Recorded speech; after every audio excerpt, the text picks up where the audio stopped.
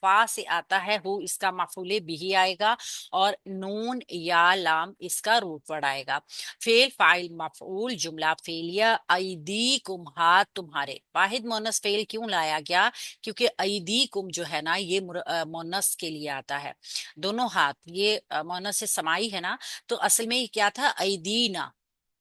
نون اعرابی drop ہوتا ہے جب مضاف بنتی ہے کوئی چیز، اور یہ مضاف مضاف علیہ مرکب اضافی کا یہ پیٹرن مفعول بن گیا تنالو فعل کا پہلا، ورماحکم اور نیزے تمہارے، را میم ہا روٹ ورڈ کے ساتھ دوسرا مرکب اضافی جو واو عطف کے ذریعے جڑا، پہنچتے ہوں گے اس تک تمہارے ہاتھ، جو پہنچتے ہوں گے نا وہ ہاتھ اور نیزے ہیں، لہٰذا یہ دونوں جو ہے نا یہ تنالو فعل کے فاعل بنیں گے، ٹھیک ہے؟ تنالو فعل کے یہ دونوں فاعل آگے ظاہر۔ واحد مونس غائب، واحد مذکر غائب وہ صیغے ہیں جن کا فاعل ظاہر آ سکتا ہے، تو یہ دونوں مرکب اضافی، چونکہ یہ ایدینا تھا، نون اعرابی ڈراپ ہوا ہے نا، اور یہ بھی مرفوع آ رہا ہے ریماحو، یہ دونوں مرفوع آ رہے ہیں، یہ واو عطف کے ساتھ جڑ کر اس کے لیے فاعل بن جائیں گے، یہ فعل فاعل مفعول، یہاں تک پورا جملہ فعلیہ بن جائے گا۔ آگے اس کی تعلیل آئے گی کہ کیوں ایسا ہوگا۔ کہ اس کو لی مفعول نہیں کریں گے؟ جو آپ نے کہا تھا ایدیکم مفعول ہے، وہ پھر نہیں کریں گے؟ نہیں نہیں نہیں، مفعول نہیں ہے، سوری، مفعول نہیں ہے، یہ دونوں واو عطف سے جڑ رہے ہیں نا، عطف معطوف ایک دوسرے کے تابع ہوتے ہیں، تو جی یہ دونوں ہی بنیں گے تنالو فعل کے لیے فاعل۔ لام لام کئی لام تعلیل مضارع کو منصوب کرے گا، جملے کی تعلیل بتائے گا، وجہ بتائے گا۔ یعلم فعل مضارع منصوب، واحد مذکر غائب کا صیغہ منصوب نظر بھی آ رہا ہے، اور اللہ اس کا ظاہر فاعل بھی آ گیا، آئین لام میم اس کا روٹ ورڈ ہے، باب سین سے آتا ہے، تاکہ جان لے اللہ تعالیٰ، کیا جان لے؟ من کون؟ اب آگے والا یہ جو جملہ ہے نا جو من سے بنے گا، من استفہامیہ ہے جو کہ جملے میں مبتدا بھی بن جاتا ہے، اگر آپ اس کو من استفہامیہ بھی رکھیں تو جملہ استفہامیہ، جملہ فعلیہ استفہامیہ بن جائے گا، مگر چونکہ ہم جانتے ہیں من مبتدا ایک اسم ہے، یہاں پر اسم ہے، جملہ جو استفہام ہوتے ہیں نا وہ بھی اسم ہوتے ہیں، تو آ اور حل یہ دو ایسے ہیں جو حرف ہوتے ہیں، باقی سارے جو استفہام کے لیے آتے ہیں نا، کیفا آ جاتا ہے، من آ جاتا ہے، یہ سارے استفہام ہوتے ہیں، تو یہ اسم ہی ہوتے ہیں۔ یہاں پہ من کو مبتدا بنا سکتے ہیں ہم، یخافہ کون ہے وہ جو ڈرتا ہے، کس سے؟ اللہ تعالیٰ سے بات ہے نا، یخافو فعل مضارع واحد مذکر غائب کا صیغہ، ہوا کہ ضمیر اس کا فاعل آ گیا، اور خا واو فا اس کا روٹ ورڈ ہے، اجوف بابی کی تعلیل کے بعد یخافو آیا جو ہم جانتے ہیں اب، اور باب سین سے آتا ہے، ہو کی ضمیر اس کا مفعول بھی ہی، بالغیبی جار مجرور مل کر مرکب جاری متعلق یخاف فعل کے ہو گئی، فعل فاعل مفعول جملہ فعلیہ جو کہ من مبتدا کی خبر بن گیا، اس طریقے سے مبتدا اپنی خبر کے ساتھ جملہ اسمیہ خبریہ جو کہ یعلم فعل کے لیے مفعول بن گیا، تو اس طریقے سے فعل فاعل مفعول، یعلم فعل اپنے فاعل مفعول کے ساتھ مل کر جملہ فعلیہ تعلیلیہ بن گیا۔ اس تعلیل نے بتایا کہ کیا وجہ ہے کہ اللہ تعالیٰ تمہیں آزمائے گا، تاکہ وہ جان لے کہ بن دیکھے کون اللہ تعالیٰ سے ڈرتا ہے۔ فمن فا استناف ہے، من شرطیہ ہے، ٹھیک ہے، اعتدا یہ فعل ماضی ہے، جس نے زیادتی کی، یعنی پھر جس نے، من یہاں پر شرطیہ ہے، اعتدا فعل ماضی ہے، واحد مذکر غائب کا صیغہ ہے، آئین دال باؤ اس کا روٹ ورڈ ہے، مزید بھی باب سے آیا ہے، ہوا کی ضمیر اس کا فاعل ہے، پھر جس نے بھی زیادتی کی، بعد ذالک بعد اس کے کہ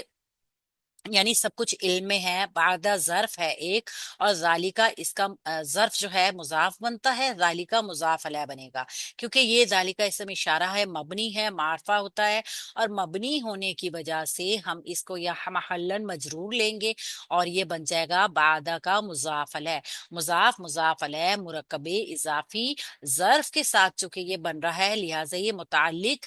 اقتدا فعل کے ہو جائے گا، تو فعل فاعل اور متعلق مل کر جملہ فعلیہ شرطیہ بن جائے گا، پھر جس نے زیادتی کی فلہو تو اس کے لیے، فا حرف جزا ہے جملے کی، جملہ جزائیہ بنے گا، اور لہو اس کے لیے مرکب جاری خبر مقدم بن جائے گی، عذاب علیم مرکب توصیفی بن کر اس کا مبتدا مؤخر بن جائے گا۔ تو خبر اور مبتدا دونوں مل کر جملہ فعل اسمیہ خبریہ جو کہ جملہ جزائیہ بنے گا، یہ شرط اور جواب شرط مل کر جملہ شرطیہ بنیں گے، جو کہ من مبتدا بھی ہوتا ہے، ہم یہ پہلے سے جانتے ہیں کہ جو من شرطیہ ہوتا ہے نا وہ اسم بھی ہوتا ہے، مبتدا بھی بن جاتا ہے، اور پھر یہ دونوں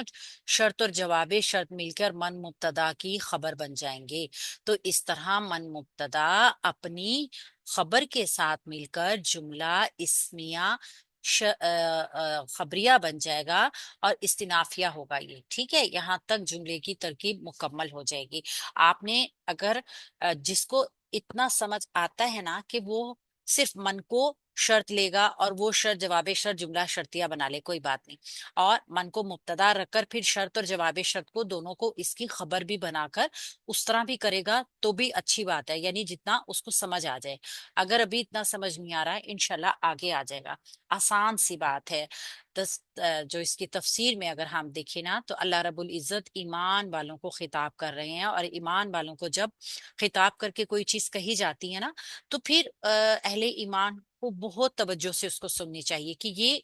قیامت تک کے مسلمانوں کے لیے لیسن ہے۔ یعنی اللہ رب العزت انسان کو آزماتا ہے، دنیا ہے یہ آزمائش کا۔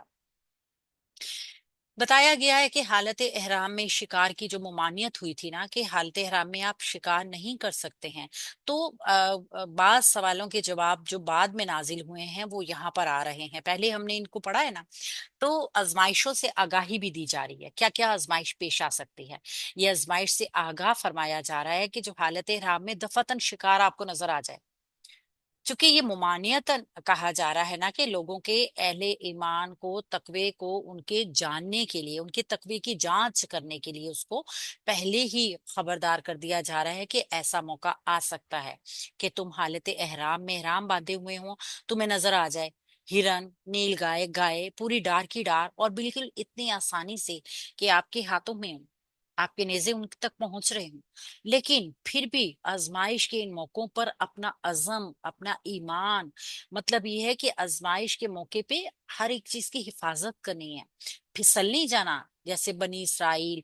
شکار کو دیکھتے تھے اور وہ ہیلے بہانے کر کے اور پھر وہ کچھ نہ کچھ ایسے طریقے کر لیتے تھے کہ اللہ تعالیٰ کی حدوں کو توڑ دیا جائے، تو اہل ایمان کو یہ مخاطب کیا جا رہا ہے کہ ان کے طریقے پہ نہیں چلنا۔ تنبیہ ہے، اور تنبیہ کی اہمیت سمجھنے کے لیے چند چیزوں کو ذہن میں رکھیے۔ ایک تو یہ کہ شکار بجائے خود بڑی رغبت کی چیز ہے، خاص طور پہ ان لوگوں کے لیے، اہل عرب کے لیے، ان کی تو تفریح بھی یہی تھی، ان کا معاش بھی یہی تھا، ان کی مطلب آپ کہہ سکتے ہیں کہ ڈیپینڈ کرتے تھے، وہ انحصار کرتے تھے اس چیز کے اوپر۔ اور دوسرا کہ جب آپ کو کوئی چیز حد سے زیادہ پسند ہو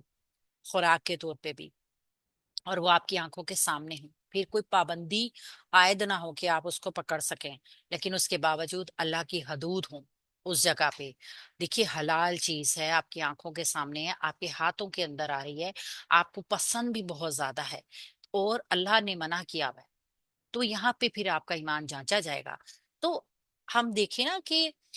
انسان کی ایک نفسیاتی ایک اثر ہے انسان کا کہ ہر جگہ وہی چیز نظر آ رہی ہوتی ہے پھر جس سے ہمیں منع کیا جا رہا ہوتا ہے، یعنی کہ یہ انسان کا اصل امتحان ہوتا ہے کہ اللہ تعالیٰ جان بوجھ کے ایسے موقع پیدا کر دیتا ہے کہ امتحان کا مقصد پورا ہو جاتا ہے۔ تو اگر عام دنوں میں ہم اس کو دیکھیں نا تو